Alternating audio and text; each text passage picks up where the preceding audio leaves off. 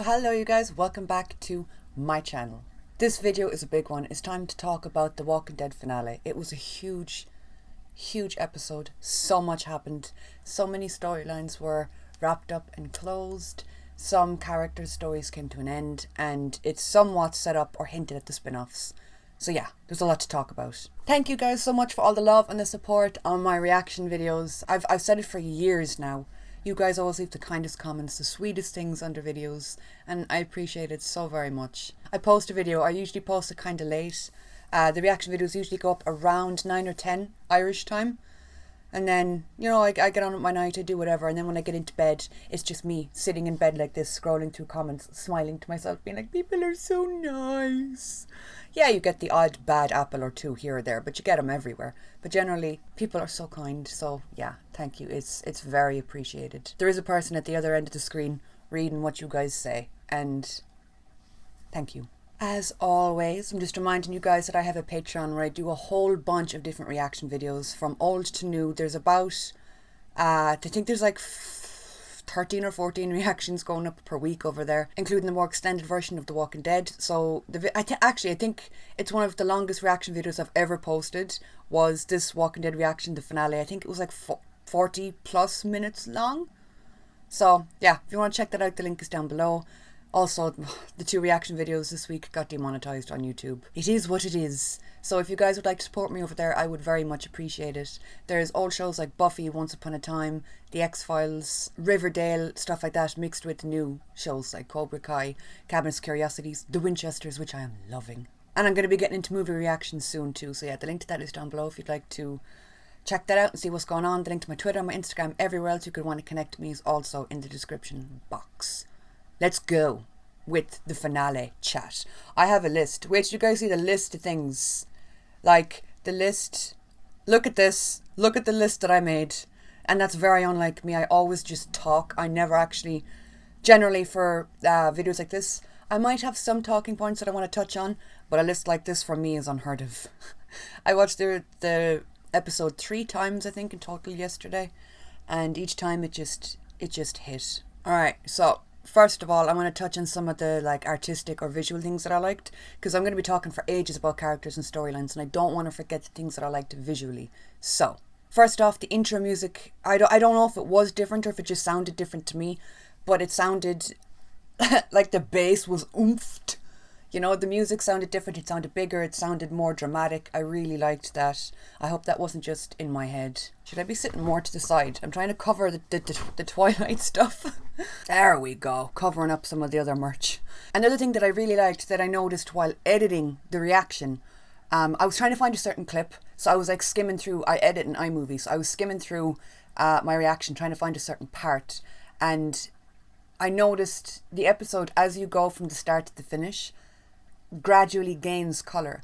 So if you look at the first few frames of the episode, or the first, like, I don't know, 20 minutes or so, everything, I always refer to it as like the Twilight filter.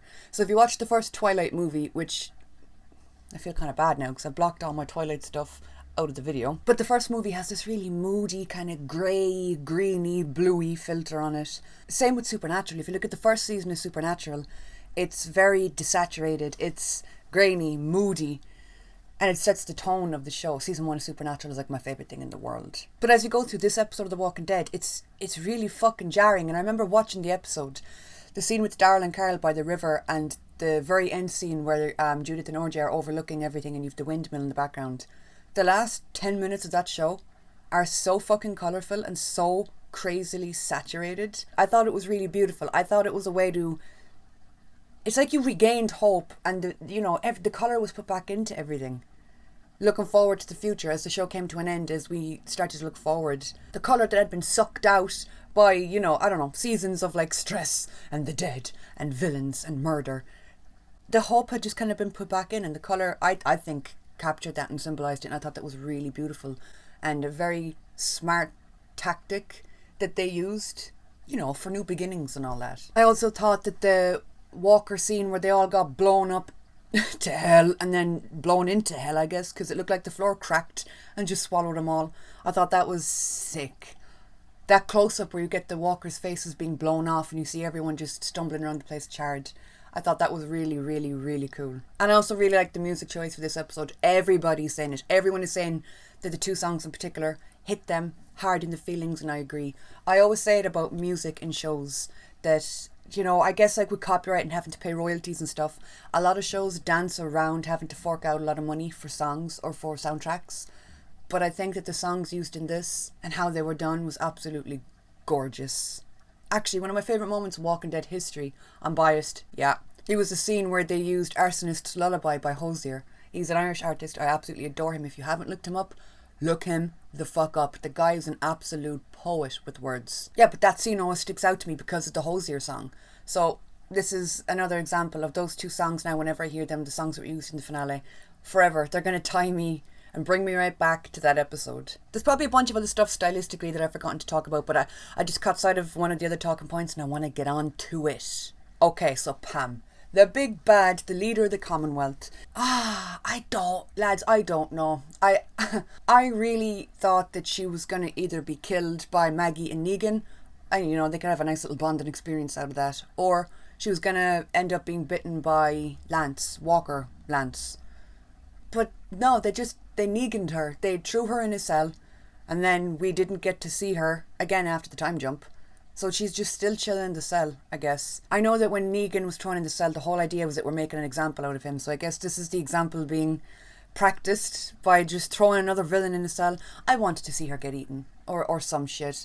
She was the big bad. It would have been so satisfying to see her be killed off. But she wasn't. But that ending, you know, and Daryl saying The Walking Dead, it very much was, he said the name of the thing. I liked that scene, that whole scene where everybody turns on her and everyone decides, yeah, we're done with her shit. It was a long time coming, and the curse of the governor came for her ass too. Let's talk about the deaths, okay? Poor Luke and poor Jules. Two of them they were brought back with the sole purpose of murder. Jules' death, I don't know, I wasn't all that caught up about. I felt so bad for Luke though. I felt so bad for him, and I have to say, the acting surrounding his bed, the crying, the wailing, it is absolutely haunting. That scene with Lydia's scene where she's crying and she's about to get the arm cut off were two of probably the most emotional, kick you in the face, like you felt it, you felt their pain through the sounds they were making. Incredible scene. Speaking of Lydia, by the way, when Lydia got her arm amputated last episode, I was like, okay, well I guess that kind of guarantees plot armor, right? We're going to go down that road with her. She had the arm cut off. She's going to be okay. And then poor Luke he was not granted the luck. He ended up bleeding out and dying. I don't know. Amputations are hard, I'm guessing, and in the apocalypse, definitely so. Maybe they have one successful amputated limb per season. And that one went to Lydia this season, so it was like, Luke, baby, I'm so sorry. You missed the cut by like one episode. But it was absolutely incredibly acted, incredibly done. It was impactful and it was fucking sad. But at least we got him back, because a lot of people have been asking questions about him. An awful lot of people have been asking what the deal is with him and why haven't we seen him. We heard that Oceanside fell, right? But we didn't actually get to see it. So I wonder what happened that in the future. I don't know. Yeah, I don't want to get ahead of myself because like I said, I have talking points. But we'll circle back around to that in a while. Anyway, Luke and Jules, first deaths of the episode, and happened very early on in. It was a high intensity episode. Then there's Rosita. They really did. They dumpster faked us out. I thought she died when she went down into that goddamn circle of walkers. She fell off the pipe and then got back up swinging, and she really just said no to death. Not today. Come back again tomorrow. You can bite me for now, but I'm not dying till tomorrow. So impactful. So emotional. The fact then that like you see her sitting down with Coco, just staring down at her little baby, and she's just happy. You could tell she's like absorbing the fact that she's not going to get to see her kid grow up. She's not going to get to teach her kid simple things like learning how to swim, which is something that Eugene brought up because he was talking about the summer and looking forward to the future. I think he knew because he went over there to talk to her one-on-one, and he went in there with an agenda. I think he knew that she was bit. I am so fucking sad. It pissed me off so much that she got bit, especially because of how it happened. You had to fake out, she's okay, and then no, she's not. She's actually bit and she's dying. And they bit her somewhere that they can't cut off. And I made the point in the video, could they not like slice off a few layers of skin and see what happens? And then I had some people making fun of me, and I had some people saying it's not how it works. And then there were some other people saying, well, yeah, could you? If you can somehow, like, think about it. I'm no doctor. But if you could somehow cut down in underneath the depth of the bite. Could you technically rip the bite out of the skin if you were quick enough? I don't know. And I guess we never will, because poor Rosita died. One thing I will say is her ending was beautiful. Death is never beautiful when you think about it, okay? It's traumatic, it's sad, it's saying goodbye, it's the end. But when you think about death from a regular human perspective, you like to think that you're going to die at an old age, having lived a nice life, surrounded by the people you love, warm in your bed. You'd be warm in your bed and the people that you love would be surrounding your bedside. Well, I guess you could all be in the bed together. Well, at least for me, that's what I always imagined and what I always hoped. And she kind of got that. You know, you had her in the beautiful bedroom. You had fresh flowers all over the place. You had Gabe sit down and say a prayer. She got to say goodbye to her kid. Daryl was there. All the girls were there. Carol and Maggie got to say goodbye to her. And then Eugene. Her final words were to Eugene. And it was just... If you told me that he was going to be the sole survivor of Abraham's army, back in the day, I wouldn't have believed it. I really wouldn't have. And him... Oh my God, him going on to have a kid in the time jump and name the kid Rosie after Rosita. So at least her end was really beautiful and very peaceful and still. A lot of people were saying in the comments as well that apparently Christian on Talking Dead said that she wanted Rosita to go out that way. She wanted Rosita to be killed off. And if that's the case, and I always say it, whenever an actor wants their character to be killed off, I'm always like, well, it's their choice. If that's what they wanted, it must have been right for the character. It still makes me sad. It's still, yeah. When it came to the finale, I thought it was going to go one of two ways. It was either all of it was going to burn down, everybody was going to die, there is no hope, whoops, we are all dead, except for those with plot armor and spin-offs. I thought it was either going to go that way, or it was going to go the complete opposite, where it would end with sunshine and flowers and family dinners and everybody's okay, maybe with a few deaths thrown in. I feel like they played it safe while still pushing boundaries. I mean, Rosita is a fan favourite. People adored her. Killing her off, but still giving us somewhat of a happy ending. Like that scene where they're all sitting down having dinner and having drinks together. I thought it was a dream sequence. There was a hot second, and I think it's because of Rick's last episode, that the amount of dream sequences we got in that. And then the dream sequence where we had in 701 where we got to see everyone sitting down having dinner together too. When you're given a moment of pure bliss and happiness like that, it's the Walking Dead way. You're geared up and you're like, okay, someone's either going to die, a walker's going to burst down the stairs or break in through a window. Something's going to happen, right? And then it didn't. It wasn't ripped away from us. It was just happy. So yeah, I think it was an absolutely gorgeously executed episode. It was everything that I'd hoped for. And it didn't trample all over the legacy, because you have 11 seasons of a show and multiple spin-offs, both, you know, already established like Fear or Tales or World Beyond, or you have the new ones that are coming out. So they did it fucking justice. They did it right. Anyway, that should have been at the end, but it's not. I'm in the middle. See what happens when I go off my talking points, when I veer off path. Getting back to that dinner scene or the sit-down scene, getting to see Yumiko and Magna kiss. Moving on from that, but circling kind of back round to Father Gabriel. I have loved him. I have loved him for seasons now. I mean, he just went from this scared little man up on a rock that locked his congregation out, to the brave, glass-eyed, knife-wielding, cowboy hat wearing... It's not a cowboy hat, is it? Is it a fedora? Stylish, fearless motherfucker that skipped right up to those gates and let the people in. And yeah, a lot of people were making that point about the parallel that his story when he first entered was that he had locked everybody out of the congregation. His fear took over him and he didn't help. Whereas now, one of the last things we got to see him do was actively let people in, and in the process of doing so was like, well, you're just going to have to shoot me. Like the braveness of him and the character development. And also the braveness that he showed by Rosita's bedside. That was insane. Sat down, prayed with her, and then took Coco away. And I think his last words to her were like, oh, we'll see you again soon, or we'll meet you again soon. The strength, the inner strength that must have taken. Alright, skipping over to Negan and Maggie. The two scenes that we got were absolutely beautiful. Him giving that confession where he was saying, when I was down on my knees, I finally understood what you must have felt. I get it. And then later on when she told him, I don't think I can forgive you, but it's just what it is, the way it is. You know, it is what it is. If I can't forgive you, if I can't look at you some days, you did kill my husband. He was so beautiful. I loved him so much. And when I look at you, I just see his little face bleeding and him crying out for me. I've said it before about Negan and the growth and the change and the character arc that he's taken, compared to where he came into the show versus where he is now. It's been fascinating to watch. Watching him regress in certain parts too, and watching him struggle with things that he's done. And was it the last episode or the one before, especially when he said it to Ezekiel, where he was like, I know you're all better than me, and I want to leave a better legacy for my kids, better than just the stories that they tell and what I was. It doesn't undo anything that he did, and it doesn't make excuses for it or make it okay. But he's actively trying to do better, and he's like, I fucking get it now. And now that he's lived through some experiences and he knows what they felt, he's like, damn, yeah, I was a bit fucked up back then, wasn't I? Putting it lightly. And seeing him apologise and seeing her accept that and be like, I've been waiting to hear that, and I don't want to hate you, I want to move on. Not that she'd ever forgive him, because she wouldn't, but I can understand her not wanting to harbour hatred and venom in her heart, especially like when she said she doesn't want her son to see somebody have that hold over her.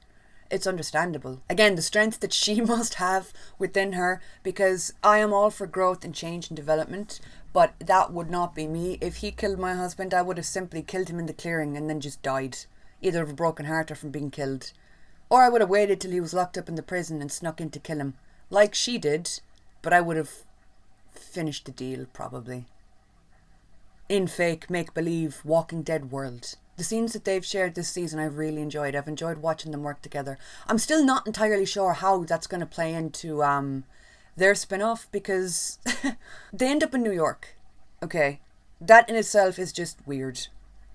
Yes, I'm excited to see a new setting and a new place and our world expand.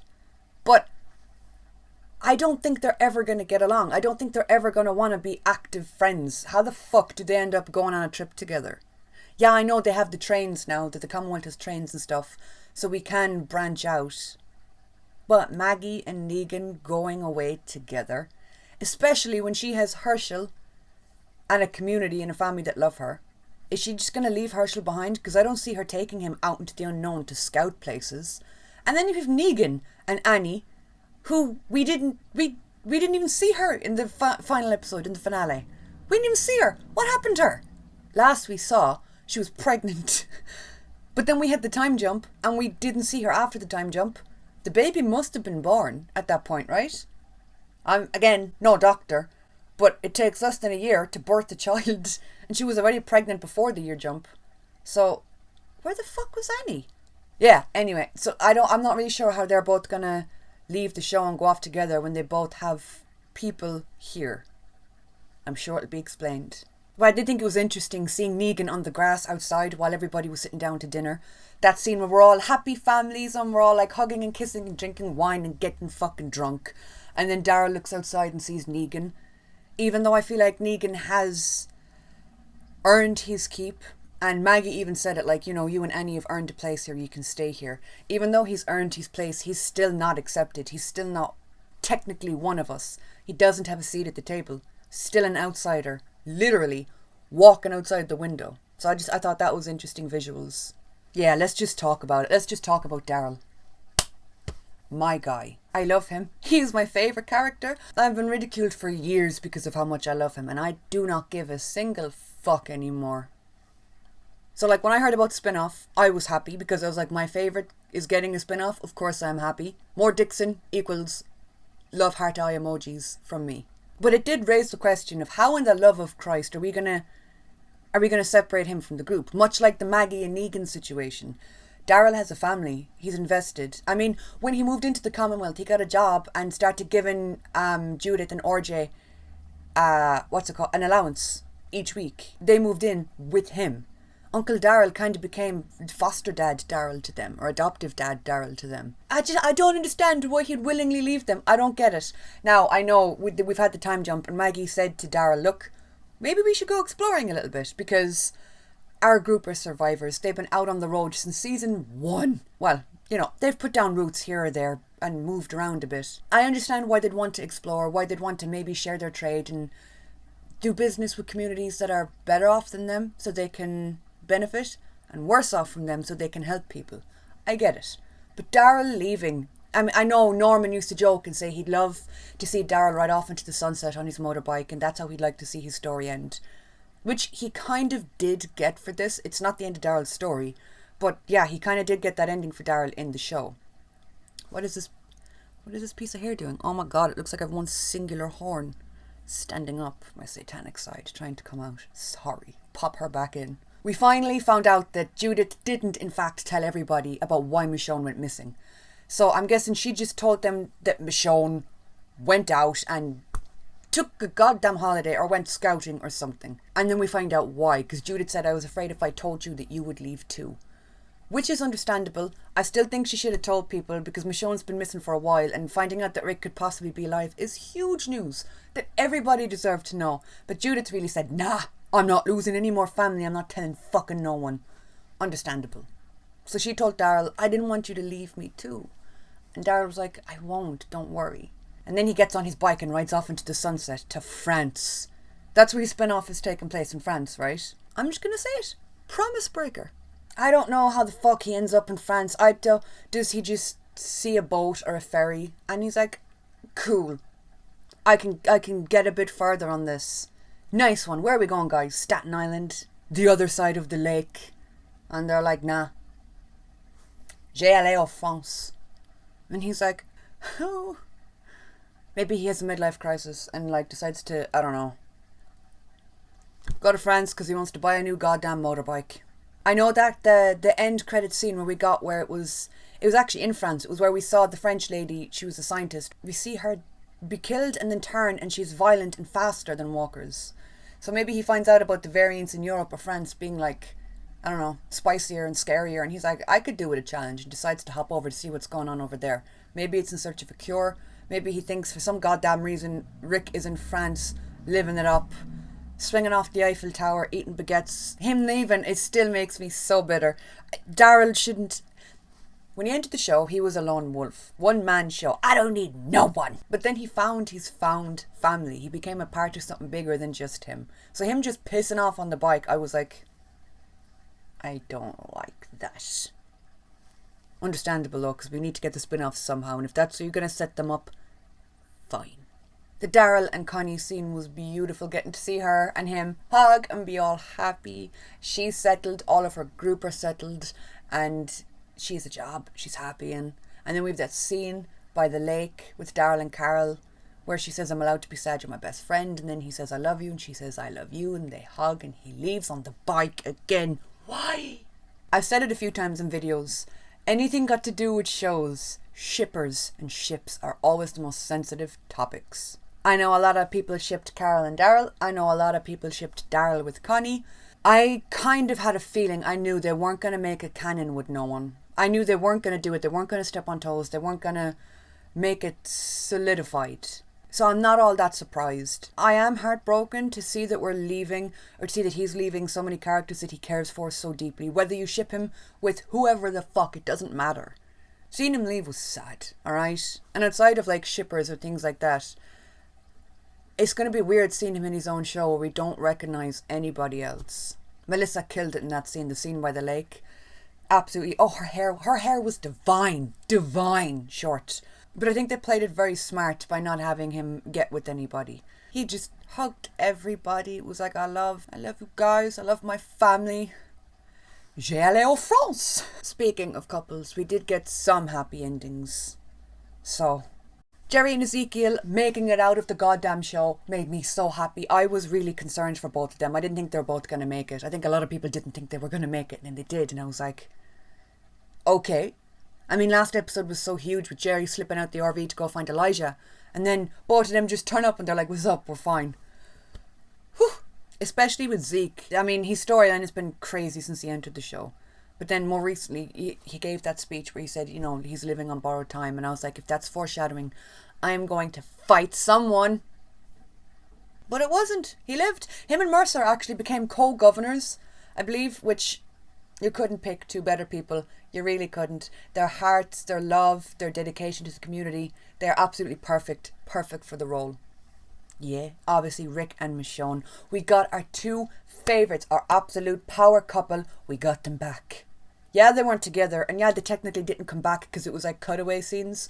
I don't care. We got them. We got them back, and seeing Rick Grimes and Michonne Grimes on my screen in the year 2022. My dumbass thought they were both sitting in front of the fire together. I thought, alright, For some reason, we're sitting on either sides of the fire, journaling, while making love heart eyes at each other from across the flames. But no, that it was following Rick's happenings and how he ended up getting the carved phone and the boots into the bag and the bag onto the boat that Michonne later found. So it was just kind of explaining that. And then we saw that Rick was on the run because, of course, he's Rick Grimes. He's a crazy little bastard. There is no holding him down. Running barefoot along the beach like a wild man, curls flapping in the breeze, majestically. So we got to see how that came to be. We got to see him be arrested again, where he was being held against his will, which of course makes sense. Everybody said it, myself included. Rick Grimes would have fought and ripped faces off to get back to his family. So, we knew something was up, that he hadn't come back. So it turns out, yeah, they wouldn't let him back. They were keeping him captive. I can't wait for their show. I cannot wait for their show. I'm happy their show is a show. There was a lot of drama when the Rick movies got announced that they were being a show instead. Listen, streaming is the way to go. Shows are all the hype. The Walking Dead was originally a show. All the spin-off shows are shows. It makes sense that they keep it within the comfort barrier and do another show. Plus, if it's a mini-series, then I'm guessing... My fringe is making it look like I have one crazy eyebrow that's just sliding down to the side of my eye. What you doing, bud? If we were to have gotten 3 Rick Grimes movies, if they had all been 2 hours long each, that's 6 hours of content. If you do 6 episodes of a miniseries and they're an hour long each, that's still 6 hours of content. I mean, if they had released it in theatres, they probably would have been shooting themselves in the foot financially, because what are the chances a regular cinema goer who never watched The Walking Dead and didn't give a fuck would go to see those movies? It would just be the diehards going to see it, the diehard fans that you know, have seen the show and seen the spin-offs. So dropping it on streaming, I don't know, it makes more sense. And I am not mad over that. I've seen some people have been, but I'm not. Yeah, a lot of people were saying that they noticed Chandler as Coral in one of the scenes. Chandler posted a picture of that. Pretty sure, was it his Instagram or his Twitter? Yeah, he posted the picture. Was it April Fool's Day he tweeted that? Or he tweeted something around April Fool's Day saying that he was going to be in the finale, and everyone was like, haha, no way. I haven't seen that. I haven't seen him. I tried to have a quick scrub through and see if I could see, and I couldn't. So that was Greg as a walker. I'd know that face anyway. The scene where Daryl was driving at the end in the motorbike, and I was in a rage because he was leaving, shaking my fists to the gods, and then caught sight of Greg and was like... One thing about this episode is there was some unanswered questions, I guess. I mean, like, we didn't get Heath back. We didn't get Georgie to make a reappearance, which not gonna lie, I wouldn't have even remembered about Georgie, okay? I'd completely forgotten about Georgie as a character, but somebody commented on my chat video from last week where I was kind of giving some predictions as to what I hope to see in the finale. And someone mentioned Georgie, and they were like, I'd like to see Georgie come back and to have that storyline somewhat either resolved or just tied back in. And nah, she just didn't come back. All in all, like I said, I thought that it was a beautiful, beautiful ending. It was hopeful. It was happy. It was what you would hope in an ideal world to see your favourite show end as. You know, when you think of like, how do you want it to end for them? You think, I want my people to be happy. I want them to be together. I want them to be living the life they want to live. And everyone, with the exception of the characters that we lost, like Rosita, Luke, Jules, and more throughout the seasons, obviously, everyone did get that ending, and it was so happy and beautiful, and just, it was so weirdly happy that I kept thinking, oh God, is this a dream sequence? Is everyone actually dead? You know, that there was that negative part of my brain being like, don't get too happy, there has to be a catch. And there just wasn't. It was just happy. The end scene as well, where Rick and Michonne are both narrating, and you see all of the faces from throughout the seasons. It was absolutely stunning. It reminded me a lot of the Judith narrating each of the episodes in 11C. It was just like a perfect way to kind of be like, yeah, this is it. This is the last few episodes. This is the last actual episode in regards to the Rick and the Michonne thing. It was just a beautiful, nostalgic tie-up, you know, to end it. And it was really beautiful to see and super emotional. I don't think there was anything in this that I didn't like. The only thing that annoyed me, and I've said it for a while, I've been very open about this. There's one thing I am, it's fucking honest. To a fault sometimes. The only thing that annoyed me is that we knew about the spin-offs. Imagine going into this finale and not having known, and then the credits roll, you're crying, you're ugly crying, let's face it, we all were. And then boom, at the end you get the trailers for the spin-offs and the trailer announcements, or the spin-off announcements, after the credits.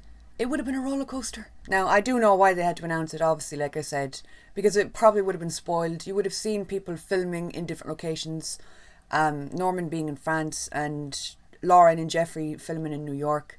So I do understand why they had to announce it, but I wish they'd found a way to make it work. That way you wouldn't have known who had plot armor. That's it. That's the only critique I had. I thought everything else about it was beautiful. It was such a way to send off our show with love and respect that it fucking deserved. And everybody from the actors, the crew, the art department, the special effects, directors, writers, they fucking killed it. It's been like a day since I've seen it and I'm still buzzing from happiness. Initially sadness because it was the end and I was just like... But yeah, happiness because it was beautiful. I hope to God there wasn't more that I was meaning to talk about that I forgot to talk about. I really hope not. I knew I'd forget something. I knew it. Even though I had a list. This is editing me popping in to say yes, I also loved the parallels. I loved Rick? I did love Rick. I loved Daryl pulling the door in front of Beth's. Beth, what's wrong with me? I'm so nostalgic today, I'm sorry, okay? The whole show is just flashing in front of my eyes in a blur. I loved Daryl pulling the bed in front of Judith's door like Shane pulled the bed in front of Rick's door. Yes, you had the show kind of starting with Rick waking up from a gunshot wound in a hospital bed, and you had the last episode of the show with his daughter ending up from a gunshot wound in a hospital bed. The callbacks, like him calling her little ass kicker. The variants were really cool too. I thought I would mention that. I know that's not a callback, but it's badass. Anytime you see a walker pick up a rock, it's like, the fuck? That's never getting old. That unnerves me. Yeah, there was a lot of scenes in this episode that was either mirrors of past shots that we'd seen, or just small things thrown in here and there as callbacks, and I love that. I love when a show cares enough to do that kind of stuff. It's just the icing on the cake. Yeah, I thought Mercer was a goner as well, because this is a point I had. I thought that Mercer had so much character development and so much screen time over the last few episodes, and such a turnaround in tone, character-wise, that I thought, oh man, when that happens to a character, it's usually death. But no, he went on to be a ruler, and rightfully fucking so. Yeah, that's it for this chat, you guys. I'm just happy. I'm beaming. My insides are just smiling. I will be putting up another video with just kind of like a reminiscing, looking back on everything sort of video, from my first reaction video to my most recent conventions I did, writing for the magazine, interviews. I want to sit and reminisce and be happy. The show has meant an awful lot to me, as it has to so many others. The amount of DMs and messages and comments I've gotten from people just sharing their story regarding the show, it's more than a show to a lot of people. It feels like an old friend. So yeah, I'm really happy that it was done justice and it was so pretty. Again, thank you guys so much for watching. Here's to the spin-offs. I will be doing reactions. I'll be doing reactions and chat videos for all the spin-offs. Again, hoping to get around to doing some interviews if I can get yeses and answers and stuff from people that I am hoping to and have reached out to. So this ain't the end for me anyway, hopefully. Here's to the future, and whatever the hell it may hold. I don't like to think about it too much. The unknown unnerves me. Thank you for watching, supporting, being here, the love, all of that niceness, and I will talk to you all soon.